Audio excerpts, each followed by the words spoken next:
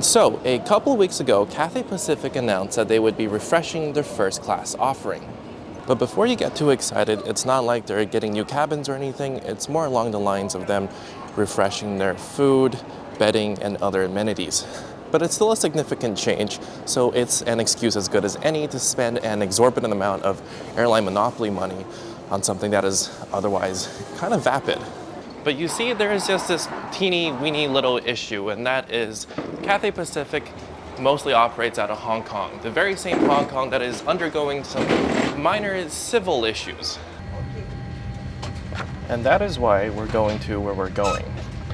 And that place would be Vancouver. Why Vancouver, you ask? Well, you see, Cathay Pacific...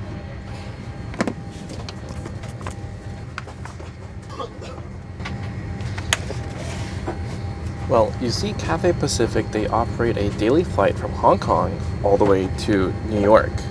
But along the way, they make a stop in Vancouver, and you can actually buy a separate ticket on this segment from YVR to JFK. And that is exactly what I'm doing.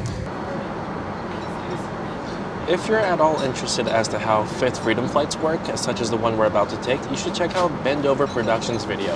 He does a pretty good job of explaining it. I've linked it in the description below.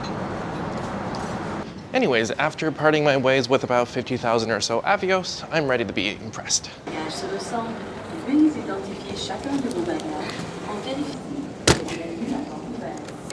However, while I'm in town, I do have a little bit of work to do, but this won't take long, I promise.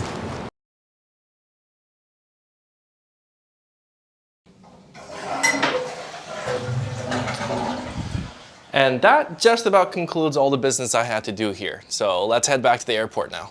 Vancouver International Airport, officially named after its IATA code YVR, is sandwiched on an island between the population centers of Vancouver, Canada and Richmond, China. Getting to the airport is facilitated by the Canada Line SkyTrain. The name SkyTrain comes from the fact that 1/3 of it is elevator rail. And along with the other SkyTrain and transit lines, getting here is very convenient for the plebeians who take public transit. But for me, I'm not a plebeian today, so arrive in style I must, and thus I roped my friend into dropping me off in her Toyota Prius. When you get to the airport, you'll find one continuous terminal building divided into 3 departure zones: domestic, transborder, and international. For those of you who don't know, the transborder section entails that you pre-clear US Customs and Immigration, so ostensibly you're boarding your flight as if you're in the US, so that when you land, you would as a domestic flight. Our flight for tonight is, however, an exception, for it originates in Hong Kong, so we'll have to go through border control after we land in JFK, just like everyone else. Thus, we'll be going to the international section instead. I'll take this time to mention that this is a medium-haul first-class flight and won't have the long-haul service, the main difference being the lack of a caviar course and full dinner menu. If I ever do the latter again, I'll be sure to bring my camera. Anyways, our flight tonight will be quite straightforward, a hop across the continent totaling 2,440 miles over 5.5 hours. Alright, I'm back at the airport, so let's go get checked in. With quite a few daily flights departing out of YVR, Cathay Pacific's check-in setup is quite substantial. It takes up about half a dozen counters on the south end of the international departures section. Queues were separated into economy, premium economy, business class, and first, with respective status holders granted access to the latter two. When I checked in at 7 p.m, there was absolutely no one here but myself. The agent greeted me by name and courteously took my bag and sent it on its way. I was then given instructions as to how to get to the security gates, but unlike the first class check-in at Hong Kong, there were no chaperones to take me through security. No matter, I've come through this part of the airport over 100 times, and I've only gotten lost on about half of those attempts. At the D-Gate security point, Fast Track was available, and I soon found myself through to the other side. Right after security, you'll find the International Maple Leaf Lounge. It feels a little odd not going in here. If you're watching this, please don't tell Air Canada I'm having an affair with another airline. Anyways, Vancouver's international departures is no slouch when it comes to luxury retail. For those with unspent Canadian dollars to dispose of, there are quite a few outlets from which to do so. There's also this quite impressive aquatic display from the Vancouver Aquarium, but watching all these fish was making me a little hungry, and so I had another destination in mind. So Cathay Pacific has a lounge here, and their loungers are pretty well known for having really good food. And so for that express purpose, the only thing I've eaten today was a banana. And call me low class. Actually, just call me low class, because that's pretty low class of me. Whatever, it's fine. In addition to my boarding pass, the check-in agent also gave me this lounge invitation, which grants me access to this Cathay Pacific lounge.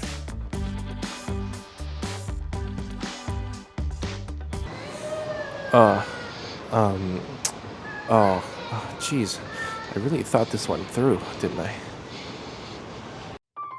The subtle entrance to this lounge is located next to gate D71, which is conveniently also the gate from which we'll be departing.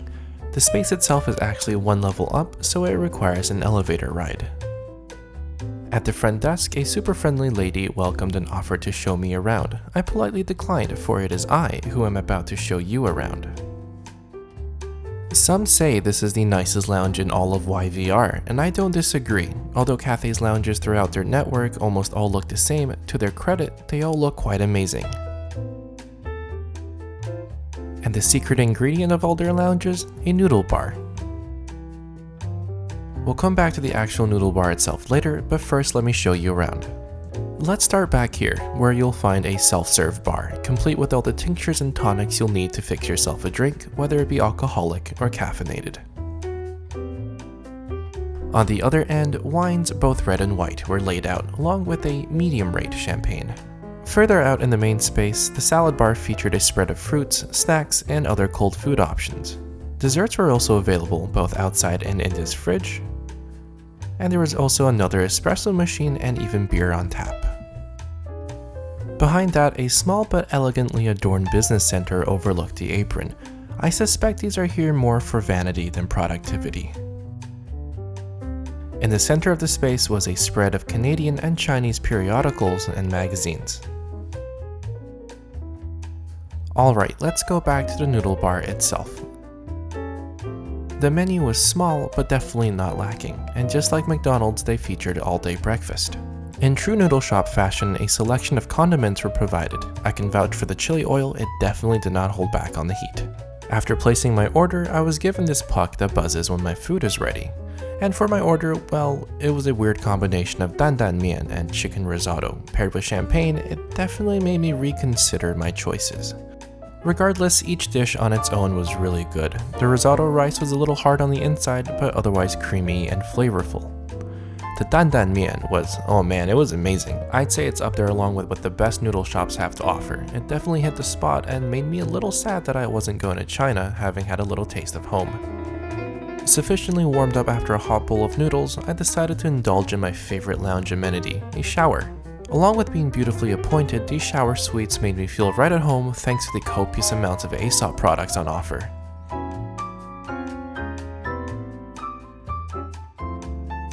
The rain shower was very bougie, what you would expect from a 5-star hotel. Of course, everything was immaculately clean and there was a slight botanical fragrance. And after a change into fresh clothes, I was feeling squeaky clean and what I can only describe as reinvigorated. I then found myself situated quite comfortably in one of these lounge chases, with a front row view of our ride. In fact, one entire side of this lounge is made up entirely of these curtain walls, giving unobstructed views of the aprons. In true Vancouver fashion, it was raining, but if anything, it just made things a little bit more atmospheric. This Boeing 777-300ER is our ride to JFK tonight. Embellished in the older livery, it brings back a flood of childhood memories flying on Cathay's 777s. A little while later, one of the staff came around to ask me if I would like some dessert, and then promptly returned with a selection of them. On another note, these drawers on the side tables open up to reveal a whole host of charging outlets, which was quite a convenience considering all my things required charging. And while I was waiting for that to happen, I decided to take a little nap on one of these cube sofas.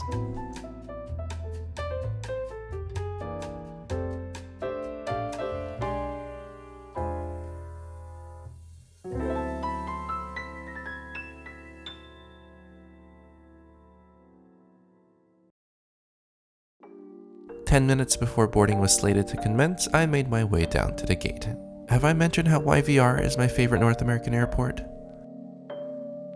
Boarding commenced on time and it was done through zones, separating first class from business class from the proletariat class. Embarkation was conducted through one bridge leading to the L2 door. Waiting at the door was a whole swarm of cabin crew, one of whom graciously escorted me to my seat. After passing through the forward business class mini cabin, she then introduced me to the first class cabin and offered to show me around my suite, 1A.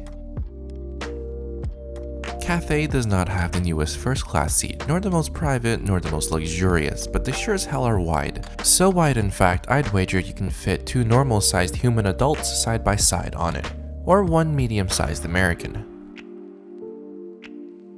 Lengthwise, there's really no need for me to tell you how much space you have. Regardless of who you are, you'll be comfortable, unless you're a giraffe, in which case it might still be a little tight of a fit. The cabin altogether is configured in a 1-1-1 layout with 2 rows for a total of 6 suites. Now you might be wondering why the ottoman is equipped with a seatbelt. Well, it doubles as a seat should any other first class passenger wish to join you for a meal.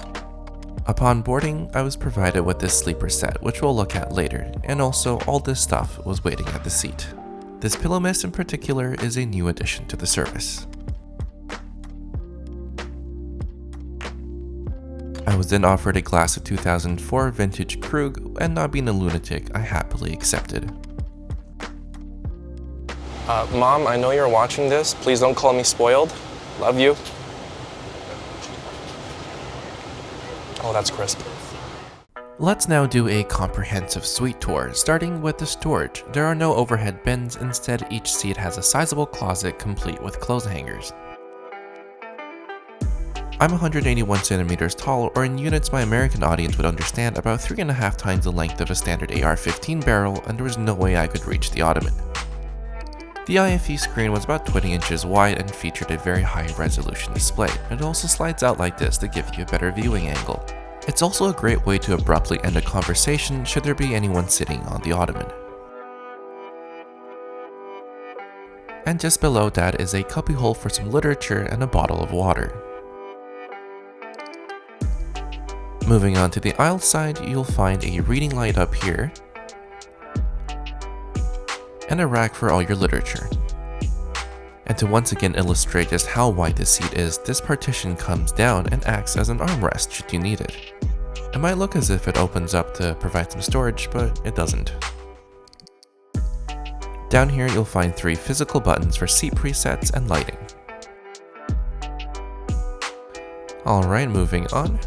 Let's check out the underneath of the ottoman. Well, there's nothing here, but I would like to point out that this carpet is very thick and lush. And you can also observe the rails on which the seat moves. Moving on to the outboard side, you'll find a universal power outlet and a USB Type-A charging port.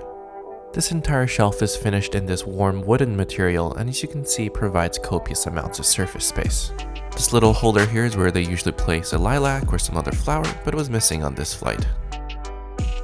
In here is where you'll find the tray table, and it comes out if you push it really hard. There we go. It looks a lot bigger in person than it does on camera. Wow, that is an amazing Tinder pickup line. Anyways, the table is very sturdy.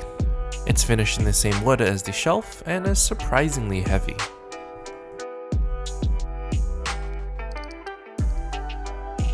There is also this leather padded drink holder which provides a little bit more grip to the base of your drink vessel. Back here there's quite a bit going on. Let's start off with this touchscreen which houses your seat controls. Starting off with the articulation, you can move the seat back and the footrest individually. The seat also has a massage function, but you shouldn't really have that high of an expectation for it. And the final menu allows you to control some of the lighting elements around your suite.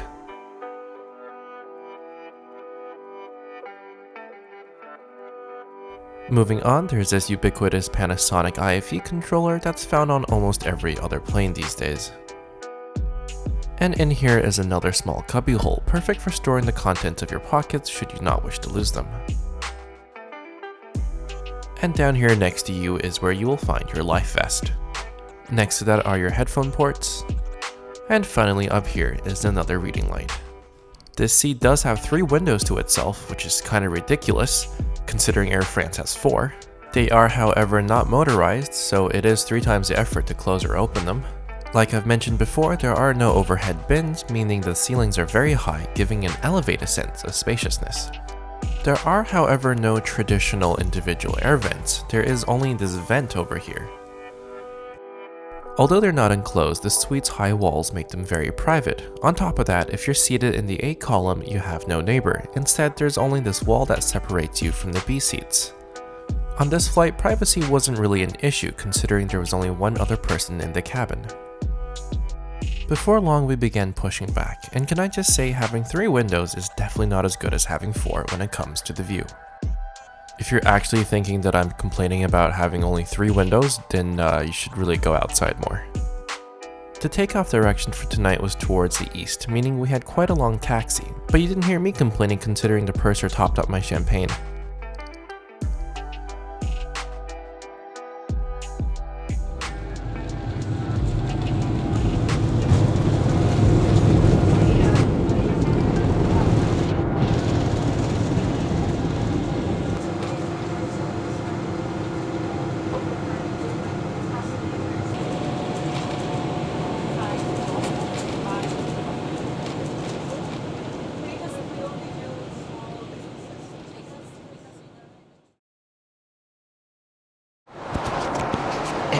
Alright, so we've just taken off. I think the plan is that I'm gonna eat, and then I'm gonna sleep. And then I'm gonna stop sleeping, because then we would have gone there.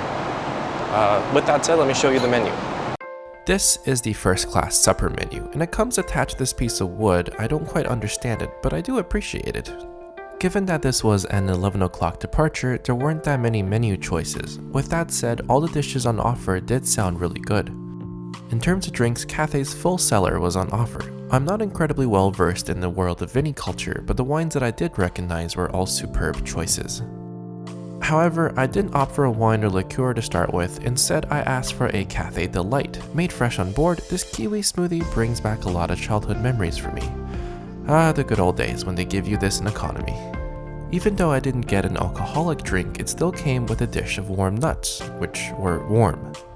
My choice for the first course were the prawns. The shrimp itself was very succulent and fresh, though I wasn't a huge fan of the accompanying lentils. The presentation of everything was superb, having been set piece by piece individually and not on a tray as is the norm in business class. I also received a basket of various bakery items, but I endeavored not to be enticed by such fruitless wastes of gastronomic space and calories. My next course was the lemongrass ginger carrot soup. The cabin crew said this dish goes really well with some freshly ground pepper, and so it was true. The soup was absolutely delicious. And on the subject of the flight attendants, they were incredibly attentive and brought out the next dish as soon as I was finished. The main course was the grilled Angus AAA tenderloin, and it tasted as good as it looks. And for those of you not paying attention, let me tell you that it looks fantastic. It was a little more medium than I would have liked, but that's more of an observation than it is a complaint. They didn't mess around with the knives either. They straight up gave me a steak knife. Not sure if that's TSA compliant. I then chose to skip the cheese course because despite not touching my bread at all, I was running out of room in my stomach. And I was glad I did because this lava cake and ice cream combo both looked and tasted amazing. The lava cake was actually hot on the inside and smelled like it was freshly baked, which I'm sure it was. It was perfectly balanced with the vanilla ice cream, which wasn't too creamy nor too sweet.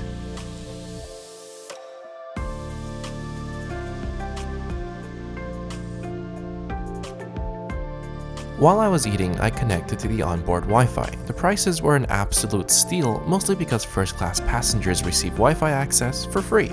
And the speeds were really good too. I was able to stream my favorite show to watch on airplanes, Air Crash Investigation. Sometimes I get terrified looks from other passengers when I watch this show on an airplane. I'm not sure why. Having finished my dessert and refusing any more food, the purser convinced me to have a glass of port, which was sneakily accompanied with a box of pralines and another hot towel.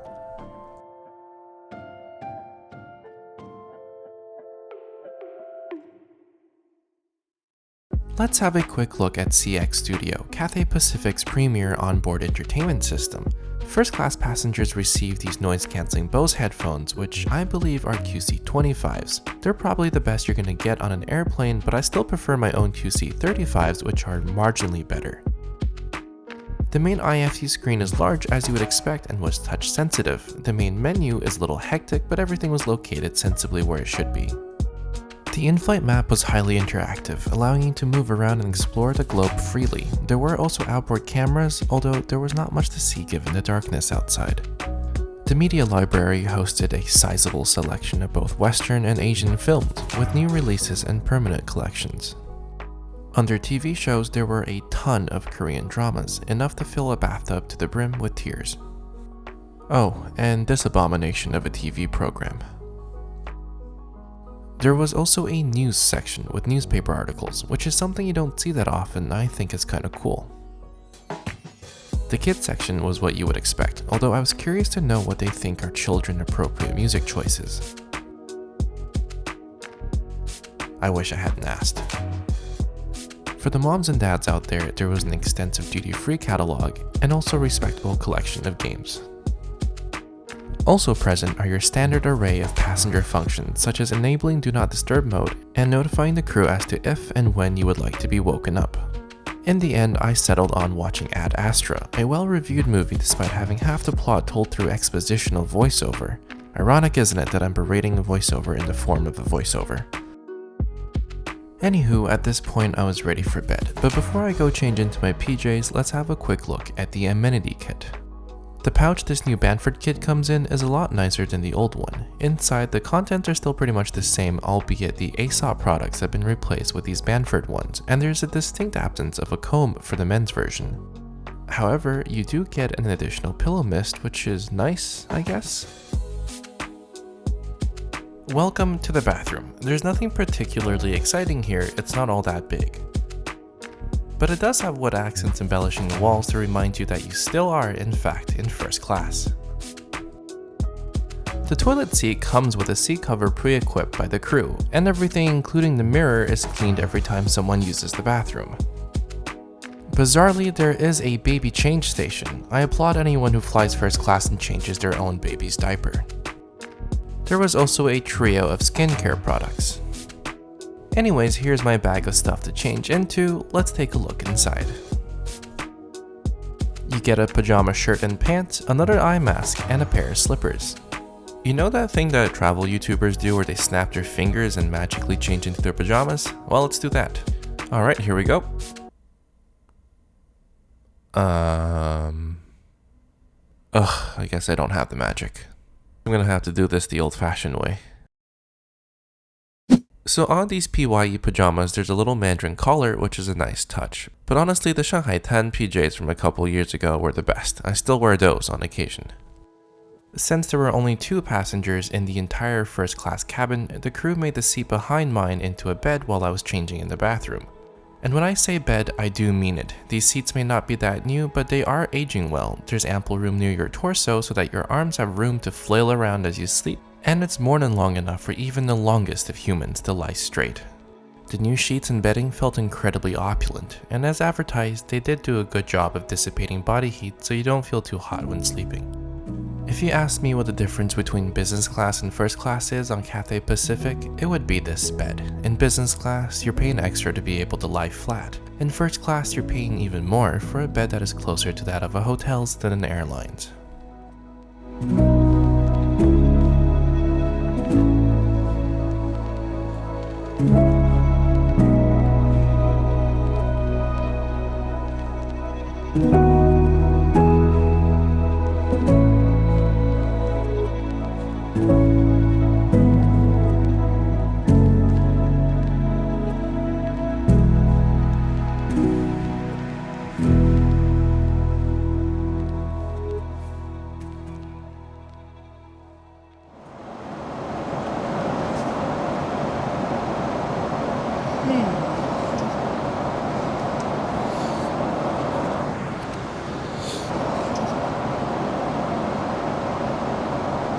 Good morning, guys. It's currently 4:20 in the morning Eastern Time, which means we have about 70 minutes or so until we get to JFK.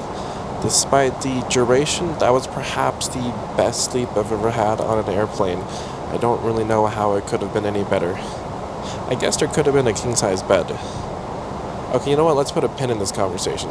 Anyways, I think I'm gonna change out of these pajamas and find some caffeine and do some waking up.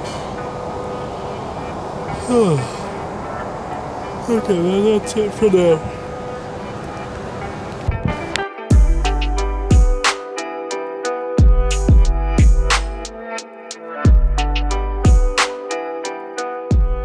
So, I found another bathroom, this one being quite a little bit larger than the last one.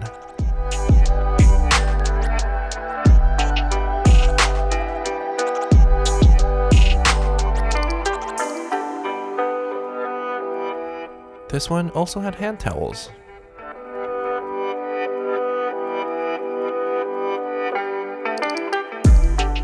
And the change table doubles as a seat, upholstered in leather no less.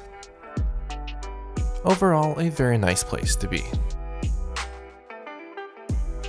When I returned to my seat, I found a double cappuccino waiting for me along with another Cathay Delight. At this point, we had begun our descent into New York, so I settled down to finish my drink and watch the yet unawoken world go by.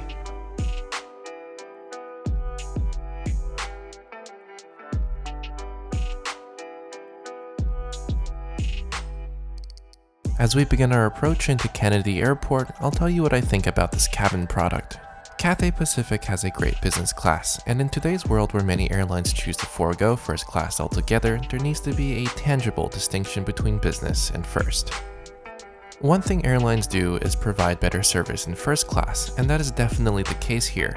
Now, the experience may be skewed given I was only one of 2 passengers in the first class cabin, but I can say that I was quite heavily pampered throughout the flight. The cabin crew were professional and incredibly accommodating. When they noticed that I was filming, they went out of their way to make sure that everything looked good and even asked if I wanted the cabin lights on for a better shot.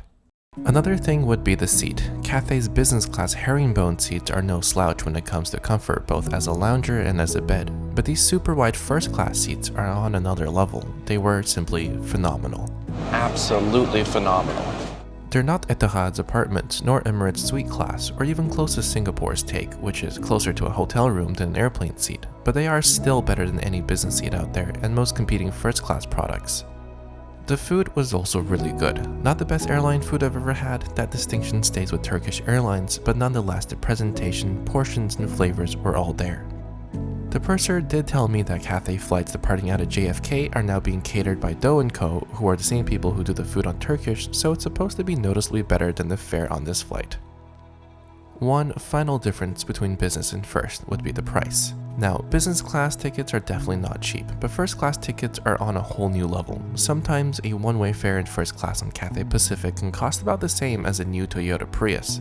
While there's no doubt it offers better value than a Toyota Prius, that's still a ridiculous amount of money to spend on airfare, especially with the inflation of quality of business class as a whole and a deflation in price of private aviation. It leaves the market for first class dwindling. I used British Airways Avios for this flight, as I'm sure many of you would too. I can ramble on for hours on the economics of first class, but this video is already long enough. Anyways, this flight CX888 is sadly being discontinued in the March of 2020, and so too does one of the only North American transcon flights operated by an Asian airline. Cathay will still fly to New York and Vancouver directly from its home in Hong Kong, but it will still be sad knowing these 2 cities will be losing this link on one of the world's best airlines.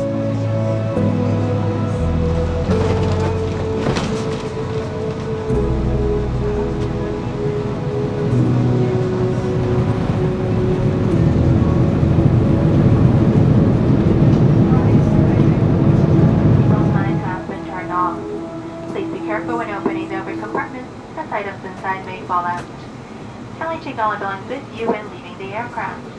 Personal electronic devices with cellular functions may now. And so here we are at the end of my journey and the end of this film. Thank you guys for watching. I hope you've enjoyed it, or at the very least not had 30 minutes of your life wasted by my antics. And until the next time, safe travels.